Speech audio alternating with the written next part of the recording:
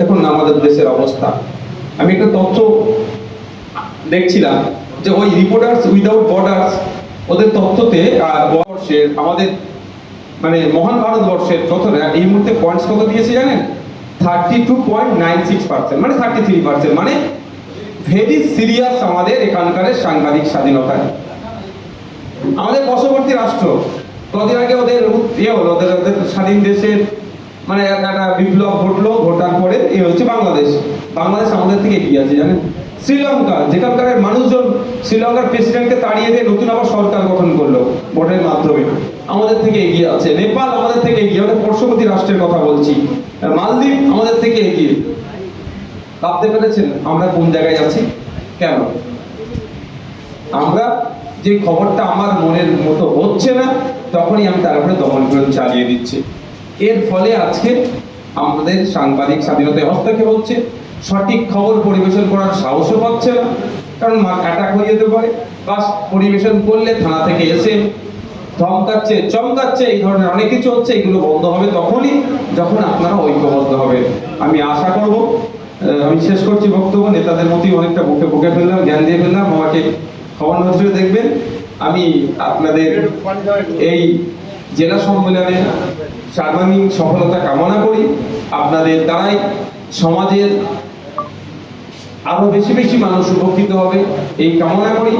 আপনাদের দ্বারা আমরা একটা সুষ্ঠু সমাজ উপহার পেতে গেলে আরো 5 জনের যেমন কন্ট্রিবিউশন থাকে, মিডিয়া পার্সনেরও একটা হেভি অংশ তারা জুড়ে থাকে। তাই আমি আশা করব সাহিত্যিকরা যেমন সাহিত্য দিয়ে মানুষ সমাজ গড়ার বার্তা দেয়, আপনারাও সঠিক খবর পরিবেশন করে এবং গঠনমূলক খবর পরিবেশন করে সমাজ জানায়। ডিজিটাল মিডিয়া ফেডারেশনের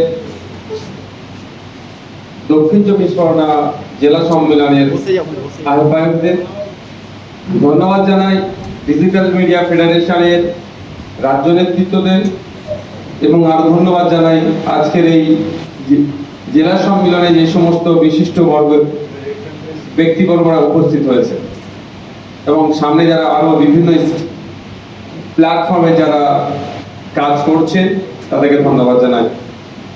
আমার পূর্বেকার বক্তা আমাদের ভাঙড়ের ভূমিপুত্র, আমি যেখান থেকে বিধায়ক হয়েছি, যেখানকার মানুষ আমাকে ম্যান্ডেট দিয়ে আইনসভায় পাঠিয়েছেন, তিনি বেশ কিছু কথা বললেন। আমি অনুরোধ করব যে আমার মাধ্যমে আইনসভার মধ্যে যে আওয়াজগুলো তোলা দরকার, সেই বিষয়টি নিশ্চিতভাবে আপনাদের লেটার হেড আছে, আপনাদের রাজ্য কমিটির পক্ষ থেকে আমাকে একটা রিটেন দেবেন, অবশ্যই আমি সাংবাদিক বন্ধুদের জন্য তুলে ধরব। আমি আপনাদের এই কনসেপ্ট যেটা আপনারা নিয়ে এসেছেন, এই কনসেপ্টটাকে যাতে আরো দ্রুত ইমপ্লিমেন্ট হয়। আপনারা নিশ্চিতভাবে জানেন এতদিন পর্যন্ত কলকাতা প্রেস ক্লাবে যারা ভিডিওগ্রাফার, ফটোগ্রাফার যারা, তাদের ভোটদানের কোনো স্বাধীনতা ছিল না। লাস্ট কদিন আগেই ভোটাভুটির মাধ্যমে তারা ভোটদানের স্বাধীনতা পেয়েছে। সেই বিষয়টাকে তাদেরকে আমরা স্বাগত জানিয়ে আমি তখনই কিন্তু আমার সোশ্যাল মিডিয়া যে পেজ আছে সেখানে আমি পোস্ট করেছিলাম যে এর সাথে সাথে আমাদের ডিজিটাল প্ল্যাটফর্মে যে সমস্ত ভাইরা কাজ করে তাদেরকেও প্রেস ক্লাব অফ কলকাতা, মানে কলকাতা প্রেস ক্লাবে সদস্য পদ দেওয়ার ব্যবস্থা করা হোক। মানে আপনারা যে কনসেপ্ট বললেন আজকে আমাকে, আমি কিন্তু অনেক আগেই আপনাদের জন্য আমি আওয়াজ তুলে দিয়েছি। সুতরাং এই আওয়াজটা আইনসভার মধ্যে তোলাটা আমার কাছে কোনো বড় ব্যাপার নয়। আর আমি নির্বাচিত হয়ে বিধানসভার মধ্যে গিয়েছি মানুষের সমস্যাগুলো কোনটা করলে বেটার হবে সেটা বলার জন্য। তাই বন্ধুগণ, তবে হ্যাঁ, একটা নির্দিষ্ট পলিসি তৈরি করা দরকার। কোন সাংবাদিককে অ্যাড দেওয়া যেতে পারে, কোন ইউটিউব চ্যানেলকে বা কোন মিডিয়া আপনার সোশ্যাল মিডিয়া চ্যানেলে কে দেওয়া যেতে পারে, তার জন্য পলিসি তৈরি করা দরকার। পলিসি তৈরি করাটা আমার কাজ নয়, ওটা সরকার পক্ষের কাজ। আমি প্রস্তাবটা পৌঁছে দেবো, আশা করছি সরকার পক্ষ প্রস্তাব নিয়ে পলিসি তৈরি করবে। আর যদি সরকার পক্ষ প্রস্তাব নেন তৈরি করতে পারে, যদি আমাকে জানায়, আমি আপনাদের সহযোগিতা নিয়ে প্রস্তাবটাও সরকারের কাছে পৌঁছে দেবো। আর আমার আরো একজন পূর্বেকার বক্তা, আমাদের সত্যি অত্যন্ত পরিচিতি, দীর্ঘদিনের পরিচিতি মানুষ, একটা কথা বললো না, কথাটা শেষ করলে আমার মনে হয় একটু খারাপ থেকে যাবে। বারুইপুর পুলিশ ডিস্ট্রিক্টের আন্ডারে এক সপ্তাহে 4 জন মারা গিয়েছিল। ওই সপ্তাহেই কলকাতা পুলিশের আন্ডারে আর এক ভাইকে পিটিয়ে মেরেছিল থানার মধ্যে। এখানে 4 জন মুসলিম, ওখানে আমার একজন নন মুসলিম ভাই। 5 জনের বাড়িতেই আমাদের প্রতিনিধি দল গিয়েছিল। কারণ বাড়িতে সৌভাগ্য হয়ে ওঠেনি, মানে এত দুর্বল বাড়ি, কাঁচা বাড়ি, রাস্তা দিয়ে দেখা করতে হয়েছে। যাক, সে বিষয়ে অনেক তর্ক বিতর্ক, অনেক আলোচনা হয়েছিল। সরকারের যে সরকার চলছে চাপে পড়ে তড়িঘড়ি এই সমস্ত আপনাদের মতো মিডিয়ার চাপে একটা ক্ষতিপূরণ দিয়েছিল, চাকরি সবাই পায়নি। তো যারা চাকরি পেয়েছে তাদেরও একটু আমাদেরকে খোঁজ করতে হবে, ওরা কন্ট্রাকচুয়াল চাকরি পেয়েছে না সত্যি সরকারি চাকরি পেয়েছে। কারণ আফরাজুলের মারা গিয়েছিল, আমরা জানি আফরাজুলের মেয়েকে একটি চাকরি দিয়েছে সরকার। সেই সরকারের চাকরিটার মাইনে হচ্ছে সাম্মানিক ভাতা মাস গেলে 6,000 টাকা। সুতরাং এটা সরকারি চাকরি নয়, ওর থেকে ভিক্ষা করলে অনেক বেশি টাকা পাবে। হয়তো শুনতে খারাপ লাগছে, বাস্তবটাই বলছি। কিন্তু মিডিয়া ফুটেজটা বেশি নিয়ে নিই আমরা, মানে আমরা এরা পার্টি করি। যাক, ফিরে আসি। রিসেন্ট কিছুদিন আগে আমি একটা পেপার কাটিং করছিলাম, পেপারে পাবলিশ হয়েছে। তখন ওইটা সিবিআই, এই 4 জনকে যে পিটিয়ে মারা হয়েছে এই ঘটনাটা সিআইডির হাতে দায়িত্ব দেওয়া ছিল। সিআইডি তো সিআইডি তদন্ত করে কি দিয়েছে জানেন? ওই 4টি ছেলে মদ খেয়ে মারামারি করেছিল, মারামারি করার পরে নাকি মারা গেছে। পরিবারের সাথে যোগাযোগ করার চেষ্টা করে যেটা খবর পেয়েছি, পরিবারের অভিযোগ যে ওরা কোনোদিন মুখে মদ তোলেনি। তাহলে বলুন, প্রথম কথা, আমি ধর্ম নিয়ে কথা বলবো না, বলবো না, কিন্তু 4টে মুসলিম ছেলেকে মাতাল বানিয়ে দিল এই সরকার। এর বিরুদ্ধে কিন্তু আমাদেরকে সোচ্চার হতে হবে। উচিত ছিল সরকার পক্ষ ওই জেলের মধ্যে ফুটেজ নিয়ে ওদের বিরুদ্ধে ব্যবস্থা গ্রহণের। তার পরিবর্তে তার সে লোককে বাঁচানোর জন্য 4টি ছেলেকে, জওয়ান ছেলেকে মাতাল বানিয়ে দিল। এটাও একটা পার্ট বলছে, ঠিক কথা, কিন্তু একটা পার্ট আছে যেটা হয়তো আমাদের হাসিবুল ভাই হয়তো অতটা ওইদিকে করেনি। স্বাভাবিকভাবে কত দিকে খবর রাখবেন, এই ঘটনা ঘটছে। এবার আমি আপনাদের কাছে সত্যি বাহবা দেবো আপনাদেরকে। আজকে আপনাদের চাপে পড়ে আমি আপনাদের বলছি, ডিজিটাল প্ল্যাটফর্মে যারা কাজ করছেন, আপনাদের চাপে পড়ে তথাকথিত মেইন স্ট্রিমরাও যে খবরগুলো দেখাতো না, এড়িয়ে যাওয়ার কারণ গায়ে গন্ধ থাকতে পারে, এড়িয়ে যাওয়ার কারণ নামের আগে পরে টাইটেল থাকতে পারে, এড়িয়ে যাওয়ার হতে পারে যে মালিক নির্দেশ দেয়নি। কিন্তু আজকে আপনাদের চাপে পড়ে কম্পিটিশন এতটাই আপনারা দাঁড় করিয়ে দিয়েছেন, তারাও কিন্তু দেখাতে বাধ্য হচ্ছে সমাজের অনেক অন্যায় অনাচারকে। আজকে যারা বিগত 10 বছর 5 বছর আগে খবর হতো না মেইন স্ট্রিমে, আজকে তারা করতে বাধ্য হচ্ছে বিকজ অফ এই digital platform, because of digital media. তো আমি আপনাদের বলবো, এই ধরনের আপনারা এই কাজে লেগে থাকুন। হাসিবুল ভাই একটা সত্যি খুব ভালো কথা বলেছে যে আমরা মনে করি গণতন্ত্রের 4র্থ স্তম্ভ খাতায় কলমে নাই ভাই, এটা ট্র্যাডিশন হয়ে আছে, চলতিতে খাতায় কলমে নাই, 4র্থ স্তম্ভ আমরা বলি। সে জায়গাটা ধরি আমি বিতর্কে না গিয়ে, তাহলে কাজ আপনাদের কি হওয়া দরকার? আমি মনে করি জোড়া দরকার, ভাঙা নয়। সবসময় জোড়ার দরকার, আর সঠিকটা তুলে ধরা। আপনার সাথে দেখুন, আমার সাথে অনেক সাংবাদিকের ব্যক্তিগত অনেক ভালো সম্পর্ক আছে, কিন্তু ওই সাংবাদিক আমার বিপক্ষে খবর করেছে, কিন্তু একবারের জন্য কেউ বলতে পারবে না তাকে ফোন করে, ভাই তোমার সাথে এত খবর ভালো সম্পর্ক, আমারটা করলে কেন? আমার বিপক্ষে খবর করেছে, আমার পক্ষে খবর হচ্ছে। এটা হবে, এটা সাংবাদিক আপনার সত্তা, এটাকে আপনাকে ধরে রাখতে হবে। তবে হ্যাঁ, পজিটিভ করার চেষ্টা করবেন। যেটা বলেন ঠিক কথা, যে পুরো খবর পরিবেশন করে দুজনের মধ্যে ঝামেলা না লাগিয়ে ওটাকে এড়িয়ে যাওয়া অনেক ভালো। আর বাস্তব কথাটা তুলে ধরতে হবে, অন্যায়কে অন্যায় বলেই সার্টিফাইড করতে হবে, সেটা কোনো কম্প্রোমাইজ নাই। আমি অনুরোধ আপনাদের করবো, আপনারা বেশি বেশি করে আপনাদের যে দায়িত্ব আপনারা নিয়েছেন, চরম একটা কিন্তু গুরুত্বপূর্ণ দায়িত্ব, এটা ছোটখাটো বিষয় নয়। আপনারা সমাজের কিন্তু আমি মনে করি আয়না। আপনারা সমাজকে আমাদের দেখাতে পারবেন কি ঘটে চলেছে সমাজে, কি অন্যায় হচ্ছে, ভদ্রতার মুখোশ পরে কি অভদ্রতা চলছে, বা শাসক বিরোধী সবার কথা, শুধু রাজনৈতিক খবর নয়, এ ধরনের অনেক খবর হয়ে যাচ্ছে, যেটা পলিটিক্সের বাইরে গিয়ে হলেও আপনাদের করলে সেটা দরকার আছে। আমি অনুরোধ করবো আপনাদের এগুলোকে বেশি বেশি করুন। আর আপনারা যত বেশি বেশি এই ধরনের খবরগুলো করবেন এবং প্রত্যন্ত এলাকা থেকে উঠে আসা খবর করবেন, মেইন স্ট্রিম দেখাতে বাধ্য হবে। আর ফলে সরকার পক্ষ ফলে সে তার ন্যায় বা তার সাথে যদি ইনজাস্টিস হয় সে জাস্টিস পাবে। আর একটা কথা, এই যে ঐক্যবদ্ধতে একটা পাওয়ার আলাদা। আজকে আমি দেখছিলাম হয়তো আপনারা যে লক্ষ্য নিয়ে আমাদের এই আজকে জেলা সম্মেলন করছেন হয়তো কিছু ঘাটতি আছে, এটা স্বাভাবিক, এতে ভেঙে পড়ার কোনো জায়গা নেই। আজকে যে চারা আগামী দেশে ময়ূরকে পরিণত হবে, তবে আমাকে লেগে থাকতে হবে। আমার লক্ষ্য উদ্দেশ্য আর ডেস্টিনেশন, আমার এম, আমার গোল আমাকে ঠিক করতে হবে, সেট করতে হবে।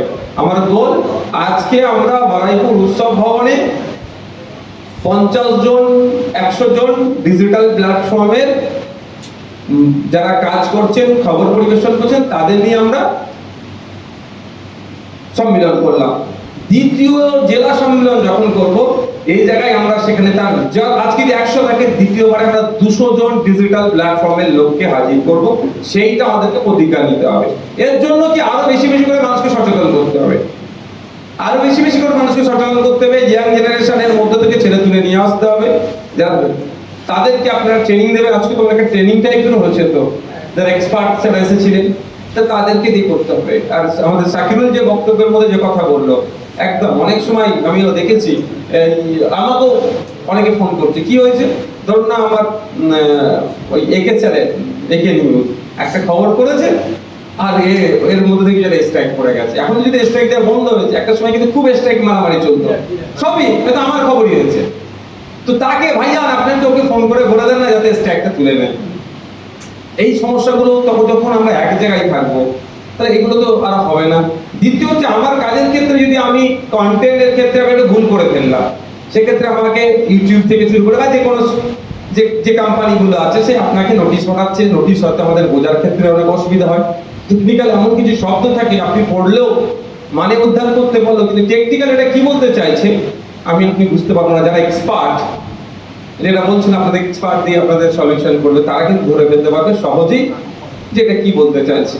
তো তাদেরকে দিয়ে আপনাদের সলিউশন করবে, এটা একটা ভালো জিনিস। তো আপনাদের একটা ইউনিটি তৈরি হচ্ছে।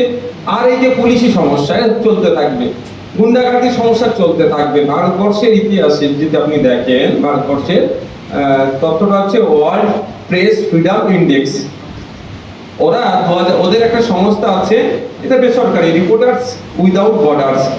রিপোর্টার্স উইদাউট বর্ডার্স, ওরা 2025 সালের একটা ডেটা বার করেছে। প্রতি বছরই ডেটা বার করে। এখানে আমাদের গর্বের ভারতবর্ষ, সব থেকে পৃথিবীর লিখিত সব থেকে বড় সংবিধান আমাদের আছে। আমাদের কিন্তু সাংবাদিক স্বাধীনতাতে আমাদের 151 র্যাঙ্কে আছি আউট অফ 180। 180টি দেশের মধ্যে আমরা 151তে আছি। মানে বুঝতে পারছেন, আমাদের উপরে দমন পিরিয়ড চলছে, সেটা পশ্চিমবাংলা তার বাইরেও নয়। পশ্চিমবাংলাতে চলছে, উত্তরপ্রদেশে চলছে, মধ্যপ্রদেশে চলছে, বাকি প্রদেশগুলোতেই চলছে, অত্যাচার চলছে। তো এটা কম কিভাবে হবে? আমি বলবো না যে একদম নির্মূল হয়ে যাবে, নির্মূল হবে না, কিন্তু কমাতে হবে। করার সাহস পাবে না তখনই যখন আপনারা তাদেরকে এক্সপোজ করবেন, সে প্রশাসন হোক আর আমাদের মতো রাজনৈতিক নেতা হোক বা যে কেউ, তাদেরকে এক্সপোজ করতে হবে। আর প্রশাসন হলে আপনারা যখন দলবদ্ধ থাকবেন না, তখন চাপে পড়ে তখন টেবিলে বসে সেটিং করবে, যেটা প্রমাণ আপনাদের সাথে হয়েছিল, মানে ডিজিটাল প্ল্যাটফর্মের সাথে মুর্শিদাবাদে। তখন আপনারা যেভাবে রেডে করে উঠেছিলেন, প্রশাসন বাধ্য হয়েছিল, নালে মামলা খেত। আমার কাছে খবর এসেছিল, আমি আমি আমি যে সাজেস্ট করেছিলাম, আমি তার আমার কাছে যখন আসে, আমি তখন বলে এই পথটা অবলম্বন করলে আশা করছি সমাধান হবে, হয়েছে। তাই আমি আপনাদের বলবো যে আপনারা ঐক্যবদ্ধ যত থাকতে পারবেন, যত ইউনিটি থাকবে আপনাদের মধ্যে, আপনাদের কাজের ক্ষেত্রে তত স্বাধীনতা বাড়বে, তত আপনারা সিকিউর থাকবেন। অন্যথায় দেখবেন আপনাদের স্বাধীনতাও কমবে, ইনসিকিউর আপনারা ফিল করবেন।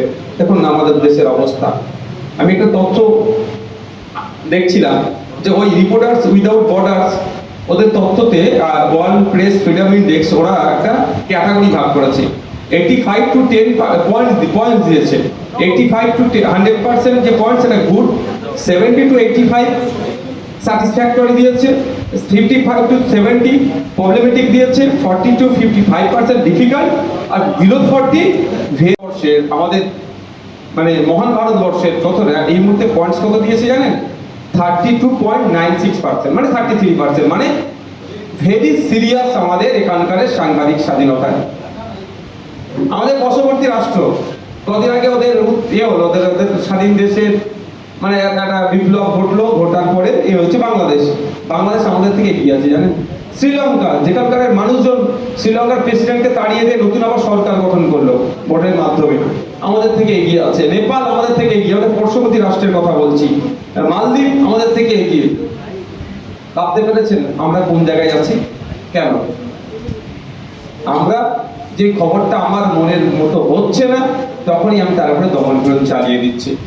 এর ফলে আজকে আমাদের সাংবাদিক স্বাধীনতায় হস্তক্ষেপ হচ্ছে, সঠিক খবর পরিবেশন করার সাহসও পাচ্ছে না, কারণ অ্যাটাক হয়ে যেতে পারে। বাস পরিবেশন করলে থানা থেকে এসে ধমকাচ্ছে, চমকাচ্ছে, এই ধরনের অনেক কিছু হচ্ছে। এগুলো বন্ধ হবে তখনই যখন আপনারা ঐক্যবদ্ধ হবেন। আমি আশা করব, আমি শেষ করছি বক্তব্য, নেতাদের মতোই অনেকটা বুকে ফেললাম, জ্ঞান দিয়ে ফেললাম। আমাকে খবর নজরে দেখবেন। আমি আপনাদের এই জেলা সম্মেলনের সার্বাঙ্গীন সফলতা কামনা করি।